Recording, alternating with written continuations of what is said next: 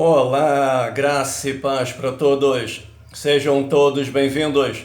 Eu sou o pastor Roberto Gomes e este é o canal O Adorador por Excelência. Sejam todos bem-vindos.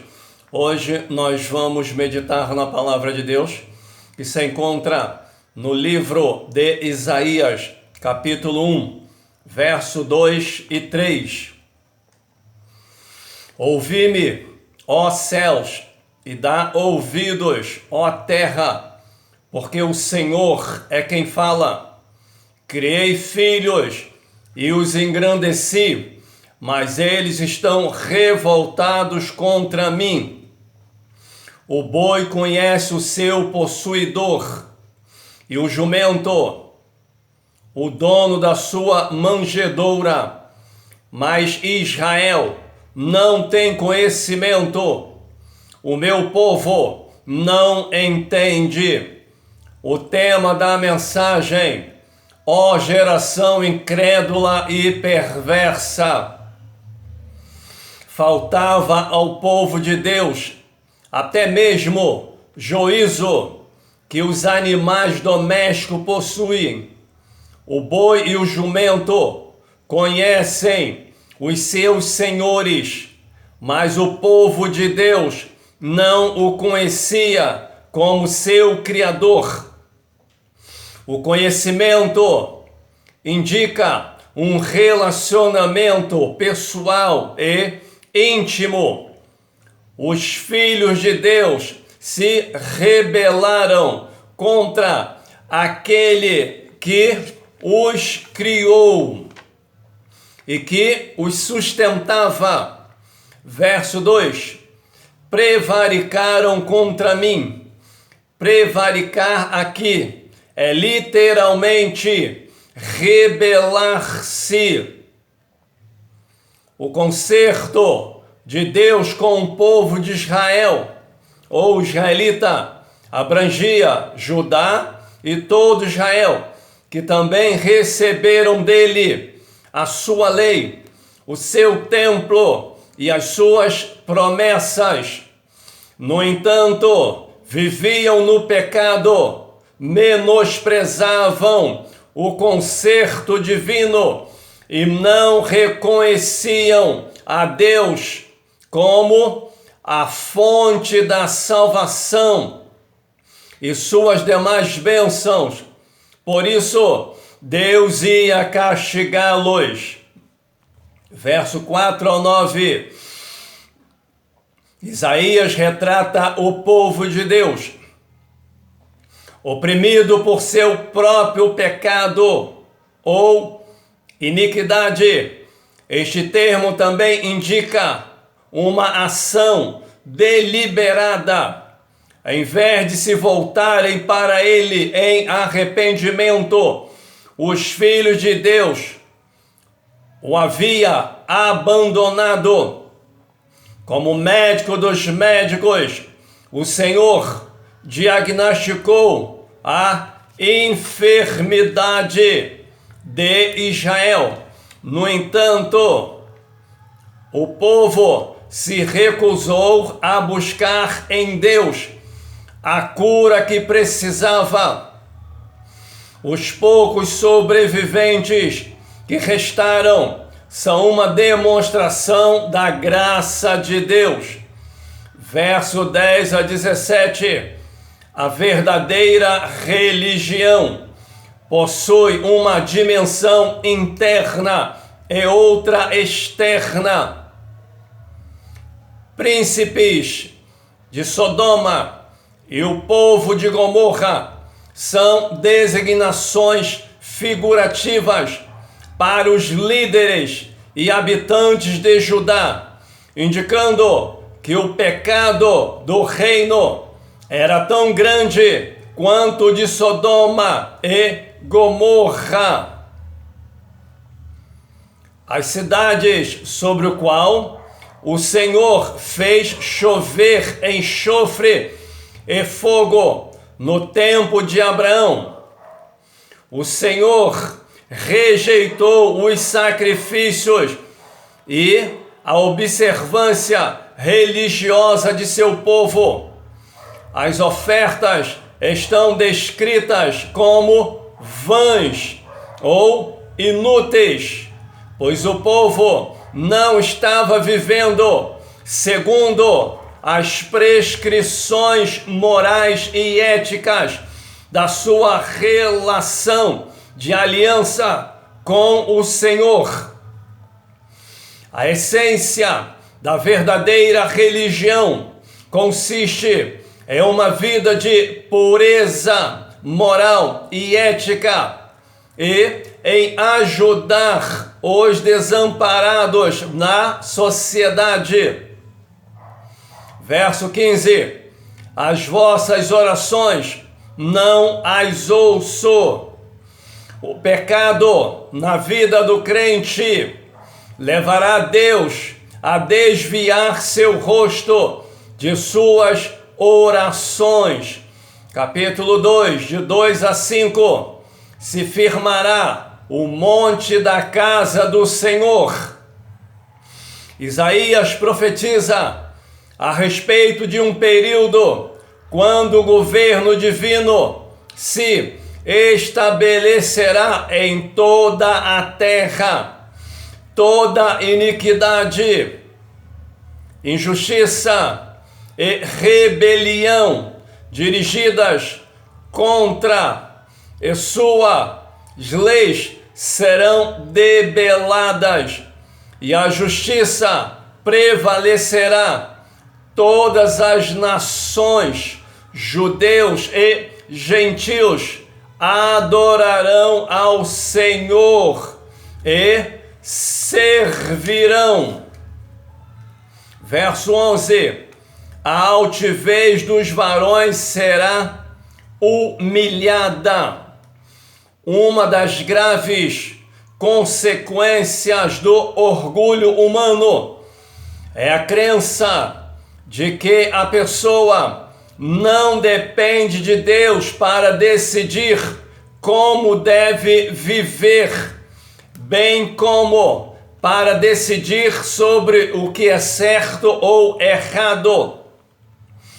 No dia do julgamento, na presença do Senhor, os tais que assim fazem sofrerão a pior vergonha.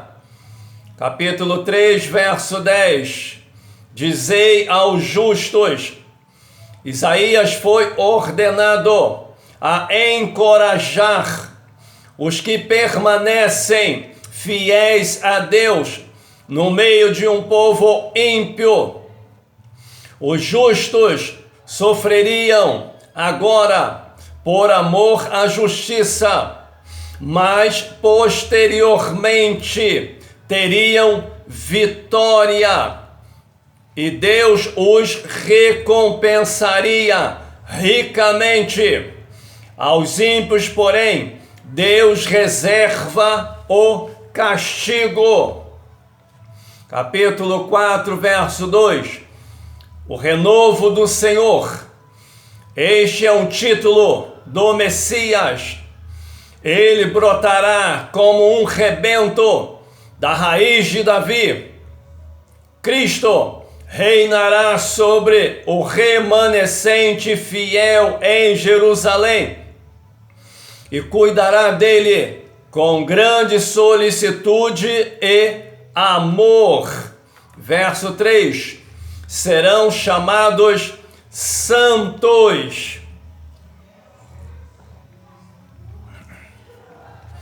Aqueles que sobreviverem ao juízo vindouro serão chamados santos. Terão o caráter de Deus, que é o Santo de Israel. Noutras palavras, serão separados do mundo pecaminoso, purificados de toda mácula pelo sangue de Cristo e regenerados pelo Espírito Santo. Sobre eles pairará a glória de Deus como uma nuvem. Capítulo 5, de 1 a 7. uma vinha. Esta parábola da vinha demonstra que Deus fez todo o possível para fazer de Judá uma nação santa, frutífera. Somente depois que os judeus recusaram ser o que Deus queria que eles fossem, é que ele destruiu a sua vinha. Esta parábola de Isaías prenuncia historicamente a destruição de Jerusalém e do reino de Judá. Versículo 24: porque rejeitaram a lei do Senhor. O livro de Isaías contém a doutrina da justa retribuição pelo pecado, a rejeição dos ensinos do Senhor e o desprezo à sua palavra. Por algum, como resultado sobre tal pessoa, o juízo que esses pecados acarretam. Capítulo 6. Eu vi ao Senhor. Isaías, por esta visão do Senhor, teve uma compreensão correta da sua mensagem e chamada. A visão revelou um dos temas principais do livro, a saber, que a glória, a majestade e a santidade de Deus requerem que aqueles que a Ele servem devam também ser santos. Da mesma forma, as igrejas dos nossos dias também precisam de uma visão de Deus no seu meio, como Senhor Santo e Juiz de todos. O reconhecimento da necessidade da sua obra regeneradora em nossa vida acompanhará infalivelmente tal visão. O resultado de tal visão sobre nós pode ser semelhante ao da visão de Isaías: confissão com quebrantamento, purificação gloriosa e chamado poderoso da parte de Deus no tocante à sua vontade e chamada. Verso 5: ai de mim! Isaías, ao contemplar a santidade de Deus, imediatamente reconheceu sua própria imperfeição e impureza. Reconheceu também as consequências de ver Deus face a face e ficou assombrado.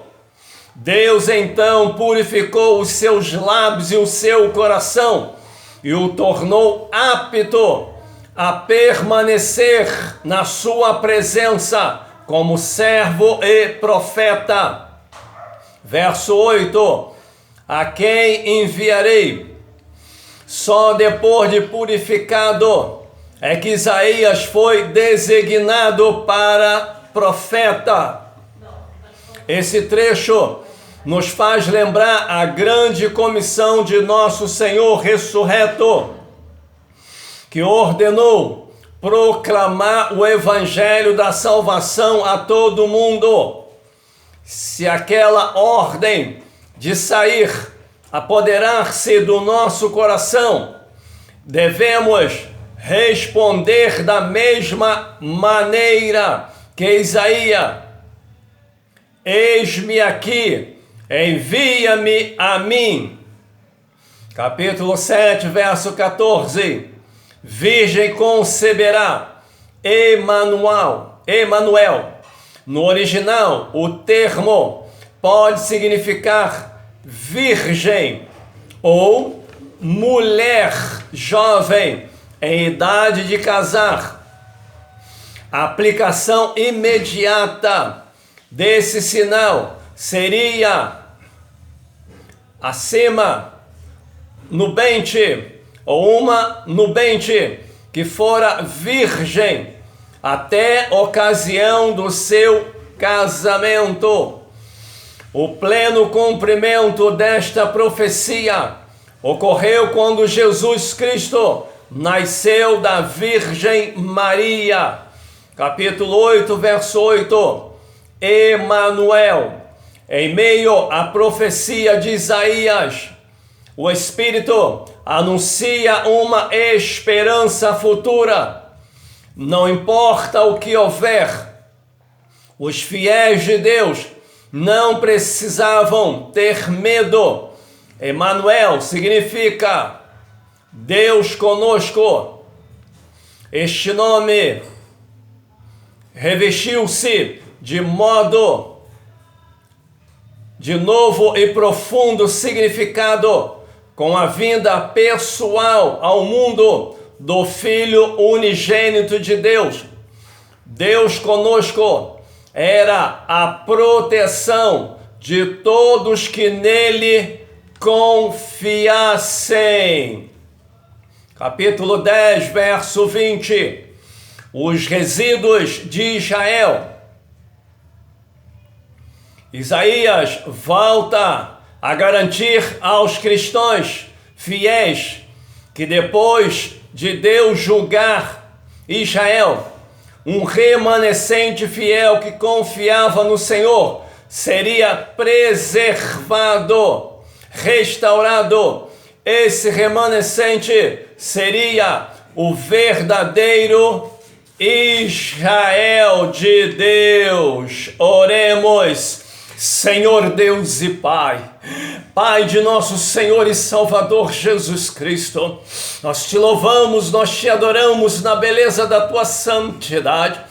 Aí está, meu Pai, o tema, ó geração incrédula e perversa. Meu Deus querido, que o Senhor possa ter compaixão do teu povo, que na maioria das vezes, como antigamente, a maioria de hoje não tem conhecimento. O povo não te conhece, meu Pai. Por isso continua errando, meu Pai. Mas que tu venha ter compaixão e venha despertar o teu povo. Liberta o teu povo. Em o nome de Jesus. Amém. Que Deus abençoe a tua vida, a tua casa, a tua família. Que Deus abençoe esta nação e todos os governantes. Em o nome de Jesus. Amém.